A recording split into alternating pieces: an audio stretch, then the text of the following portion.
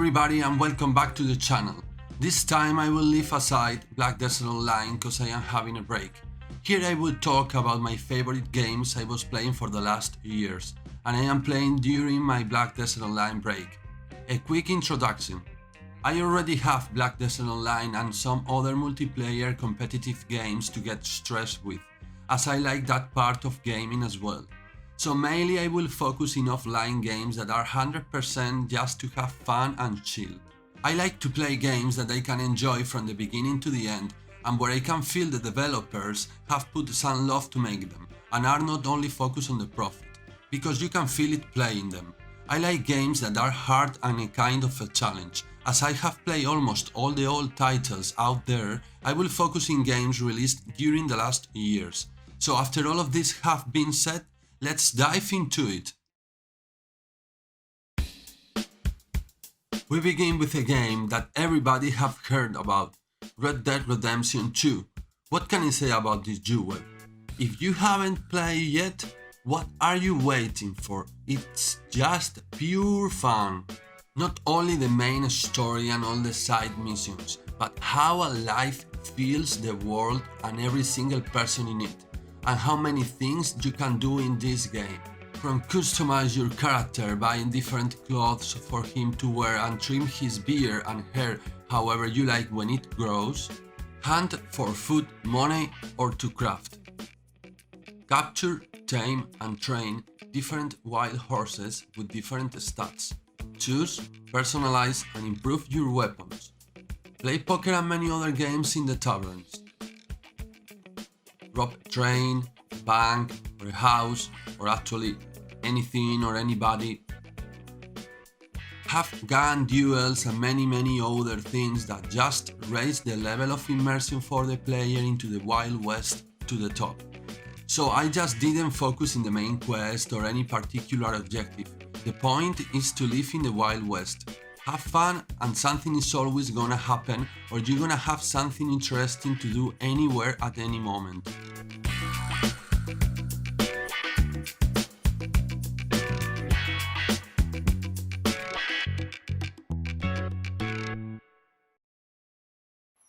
From the Wild West, we jump into the space with Stellaris. I love sci-fi. I have been playing these games since long time ago and I have tried many other similar games, but no one like this. Stellaris is a grand strategy futuristic game, where you play as a galactic civilization and you take all the decisions to make it survive, evolve, expand, discover or rule through a galaxy.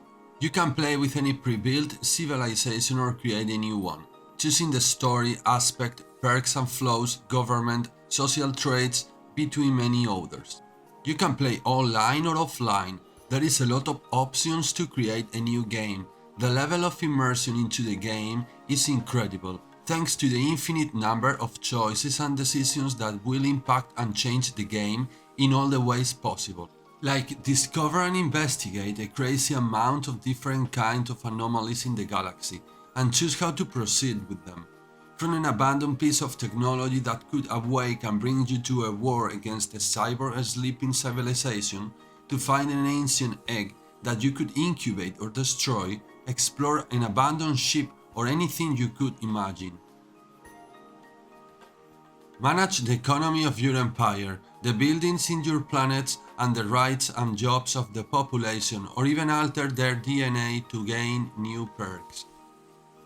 Place rulers, scientists or leaders with different skills in your sectors, ships and armies. Choose and improve the equipment for your ships and create your own personalized army.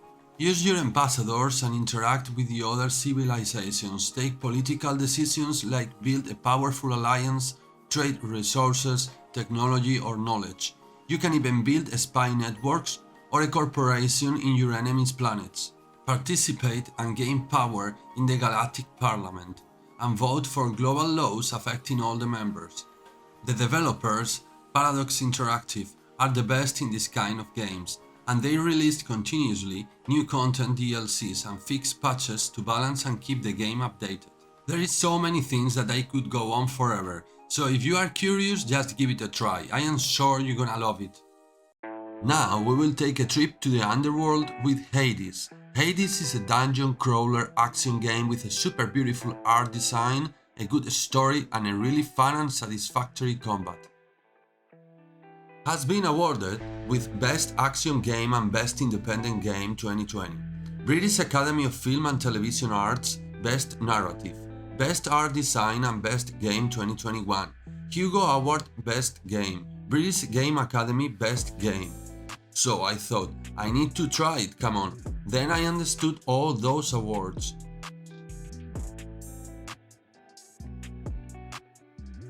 All the people I know, they have played this game and they love it. Basically, your objective is reach the exit of the underworld and escape through a series of rooms and levels where you collect items in your way to the end, improving and changing every aspect of the character.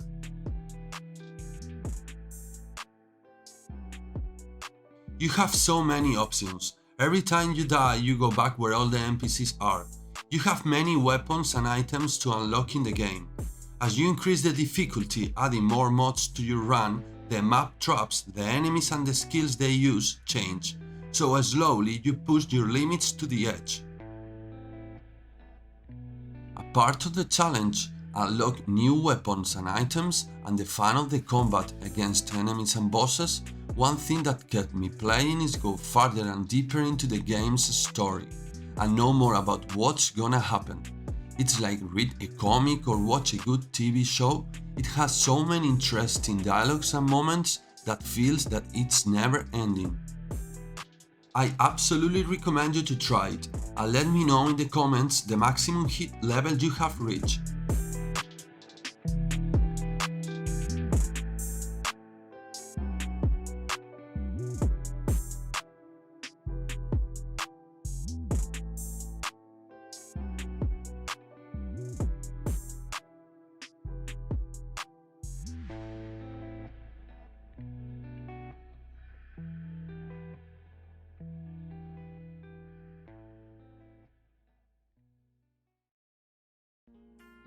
We continue with more gods and mythology with God of War.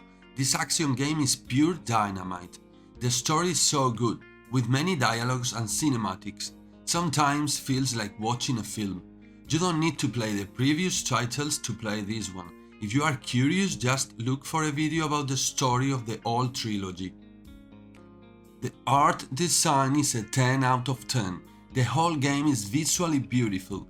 The gameplay is fantastic. When you fight or during the quick time events, really feels like you have a god under your control. You have many gear and items to discover, unlock and improve. The puzzles are fun and all packed with some of the best graphics I have ever seen.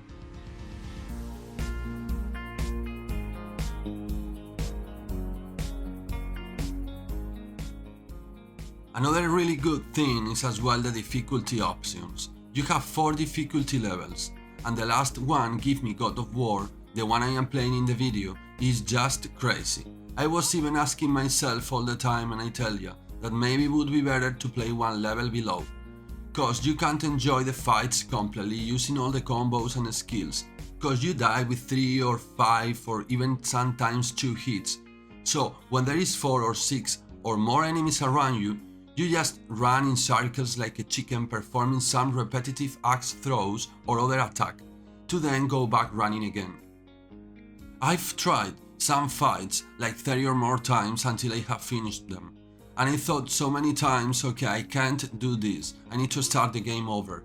There is a new game plus after you complete the game for first time, and I didn't know that, so maybe it's better leave the hardest difficulty for your second run.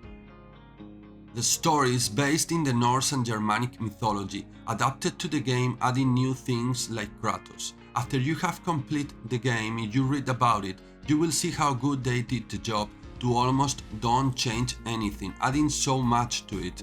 And you will realize and learn about things that you saw in the game to understand the story a little bit more and find some curiosities. It's really worth to do it, trust me.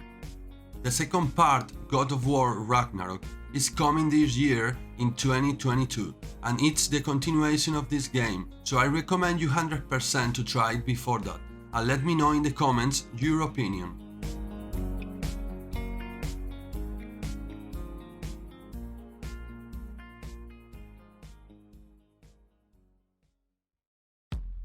Next up is Total War Warhammer 2.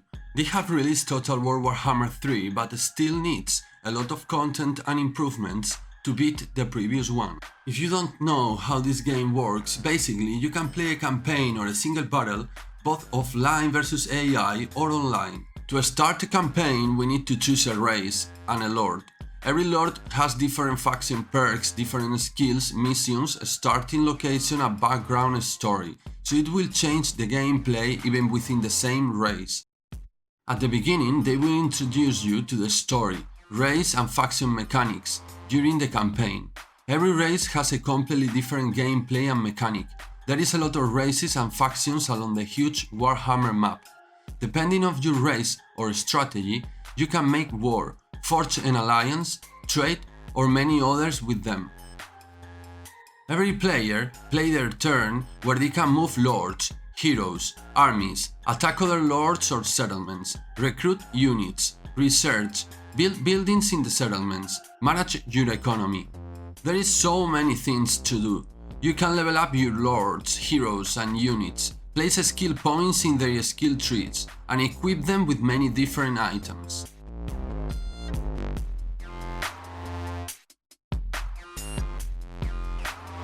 And the other part of the game is the real-time battles. At the beginning you can place your troops as you wish, make groups and build a strategy.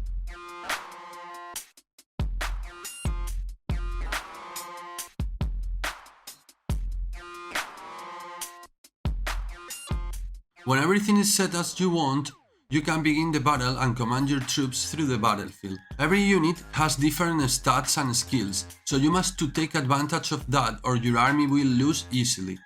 You can cast spells with your magic units or use special abilities, for example with your lords, to temporarily boost the moral or stats of the units, scare the nearby enemies or many others.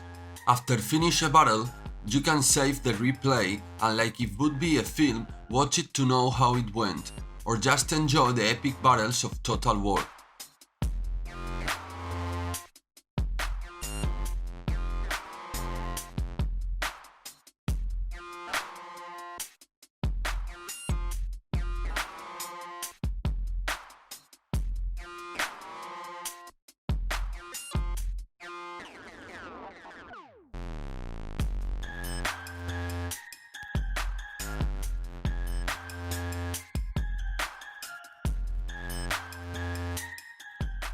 This game is awesome.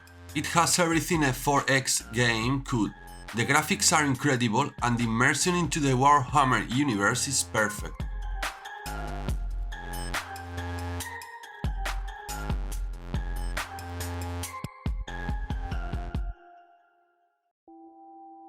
For our next game, Resident Evil Biohazard, I need to say that if you are sensible to horror, gore or scary things, maybe you should skip this one, because it's really scary.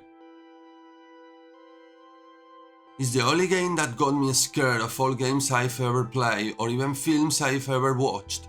And not only that, it did it from the beginning to the end. I've played the second part, Resident Evil Village, and I wasn't scared compared to this one.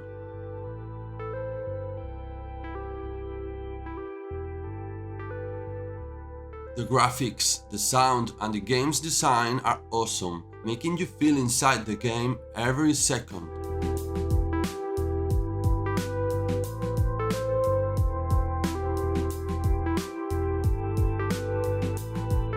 The game has some puzzles and items to find. The story is good, not too complicated to let you keep the focus in the gameplay. Everything is happening in the world of Resident Evil, but with a completely different story and gameplay than the others. It has so many moments where I've jumped from my chair.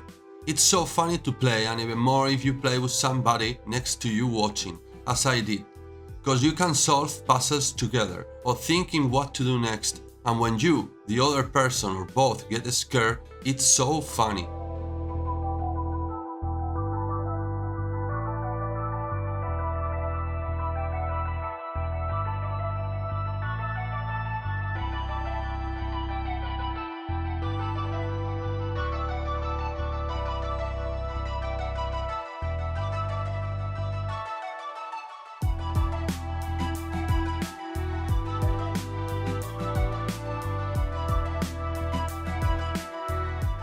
The hard difficulty named Madhouse is perfect and makes the game more interesting.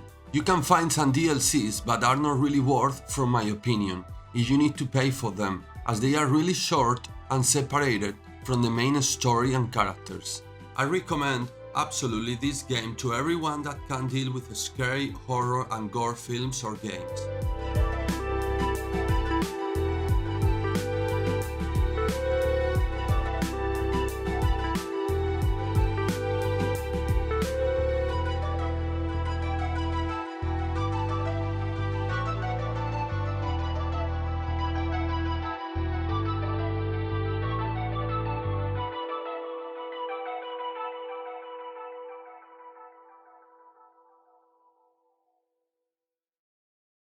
And we will finish with another amazing game, Path of Exile.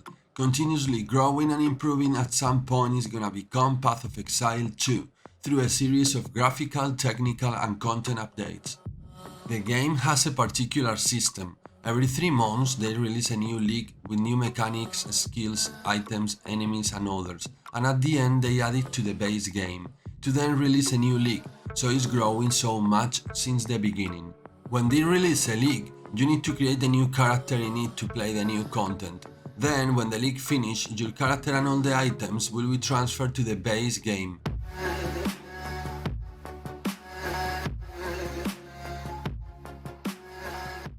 You can create your character in solo mode or multiplayer, where you can trade and play with up to 4 people, and you can choose to play both styles in hardcore or standard. The amount of different builds is crazy thanks to the number of skills and support gems. Basically, the support gems are mods that change the skills completely, adding effects, different kinds of damage, or throw more projectiles, consume life instead of mana, or even activate another skill or add a curse when you hit with the skill. Everything based in the gear sockets system.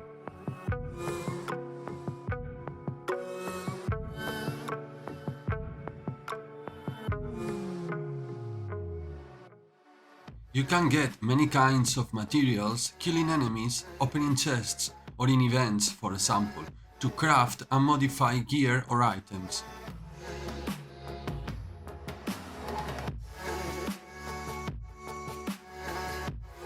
I recommend this game because there is not competition between players. You can just play by yourself or with some friends and have fun. The amount of endgame content is infinite and the difficulty is high. The learning curve is steep at the beginning, because that many people just tried and leave it, like happens to some of my friends. But if somebody showed you how to start, or basically you just rush through the story to the act 10 where the game really begins, you're gonna love it.